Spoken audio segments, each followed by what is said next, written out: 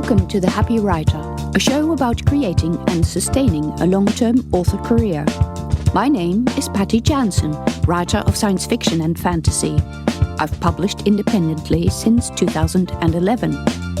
This show covers motivation, diversification, learning new skills, and your place in your career. Come on in and be happy.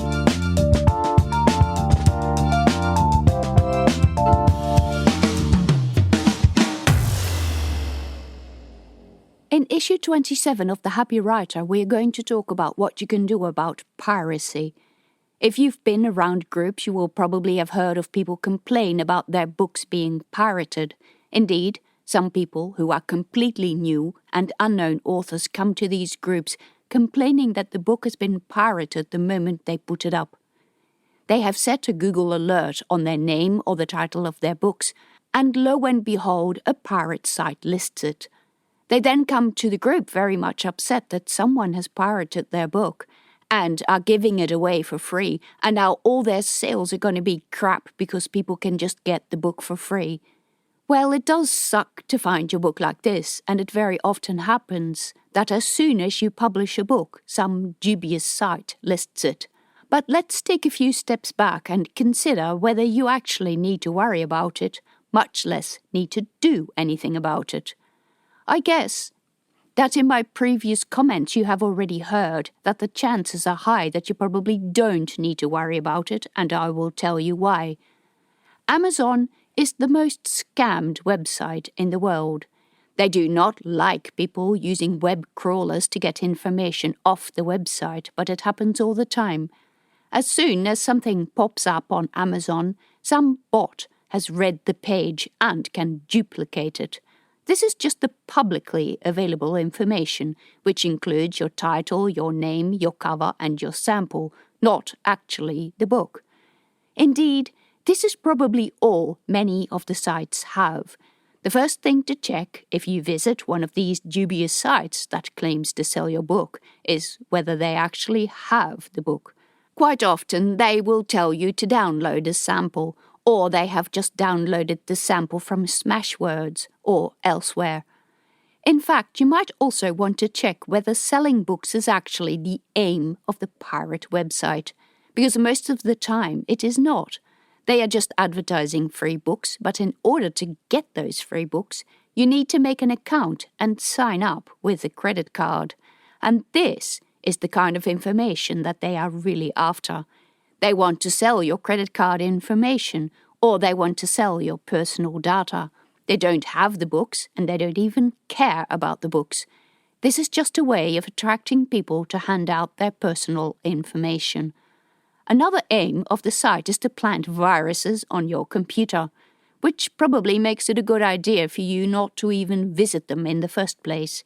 They can include various types of ransomware or spyware, that they have nifty ways of getting into your browser.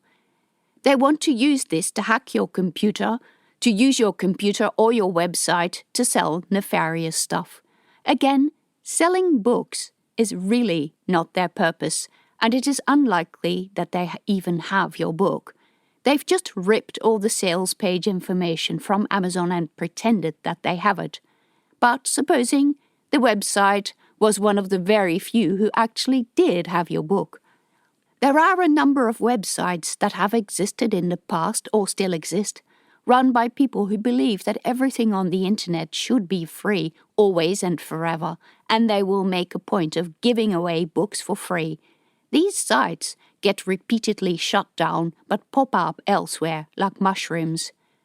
They probably have a band of loyal followers who are probably of the same type of people who believe that everything on the internet should be free and are willing to go to great lengths to get it. They probably also run Linux on a 10-year-old computer and know how to strip DRM and how to sideload on a Kindle and all that tech stuff. It isn't really hard to learn all that, but most honest people won't bother.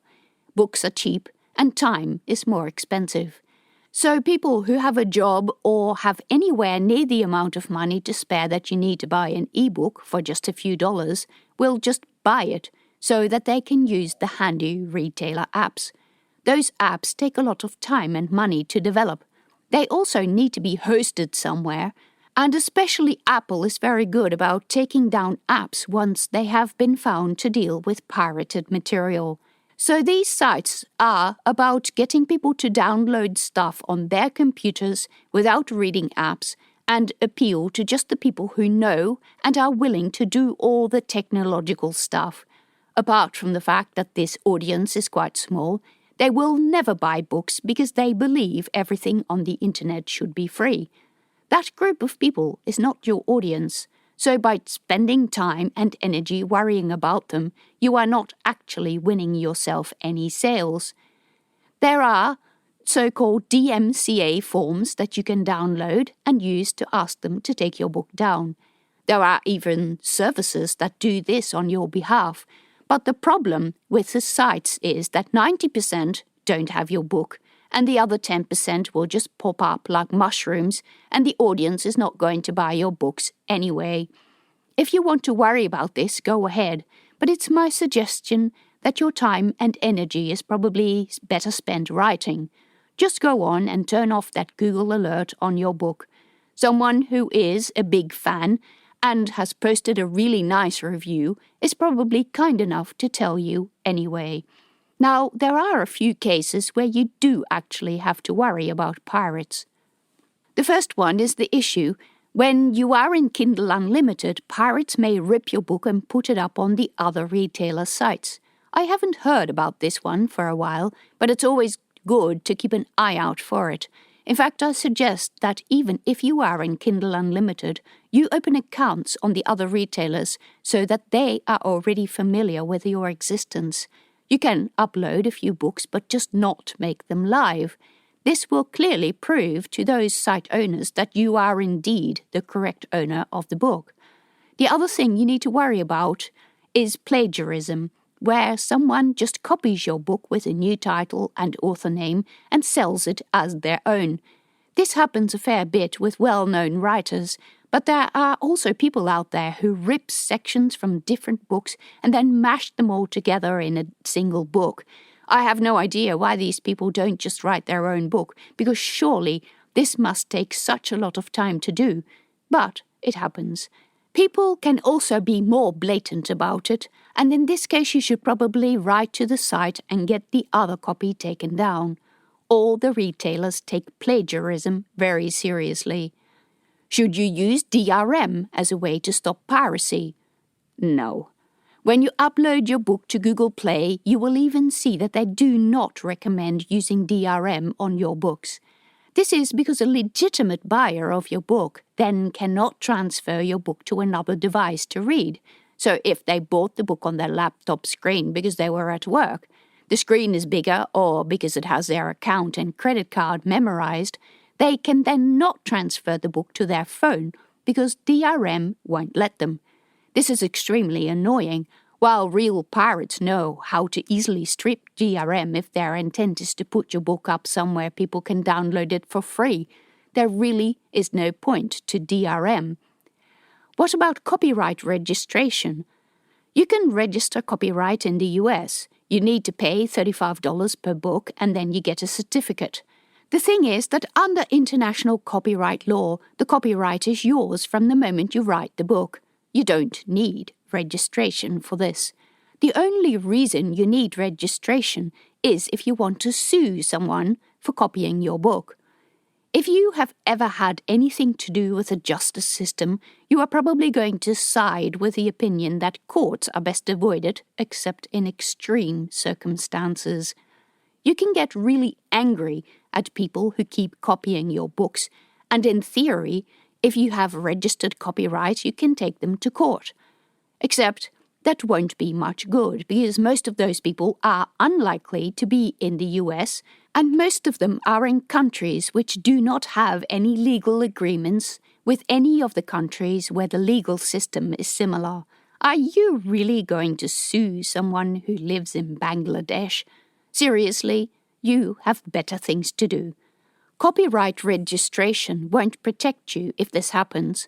It won't give you any special rights because websites like the main retailers have a record of when you put up your book and how many different versions you've uploaded over the years, and they will take your word over some scammer.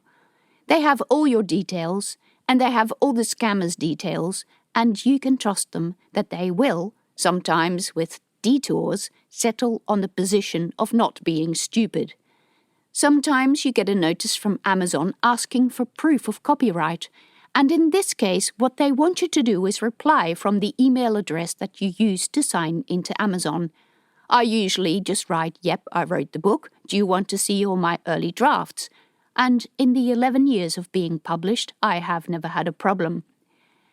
It is a little bit more tricky if you publish something by other authors, in which case it helps to get them to send you an email with a standard declaration that you have prepared, that they allow you to publish this title in this compilation.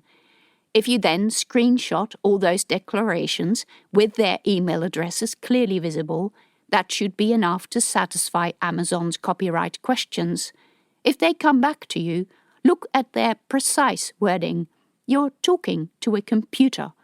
Copy their wording and follow the instructions. If you have trouble, escalate until you get a response from a human. So in summary, piracy is extremely annoying, but the audience for it is not that big.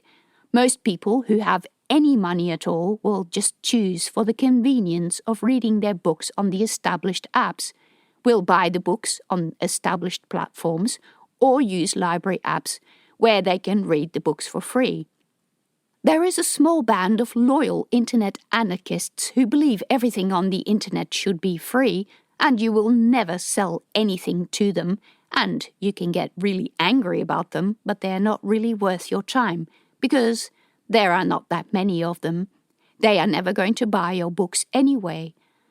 You should worry about people who put up Kindle Unlimited books on other sites, and you should also worry about plagiarism.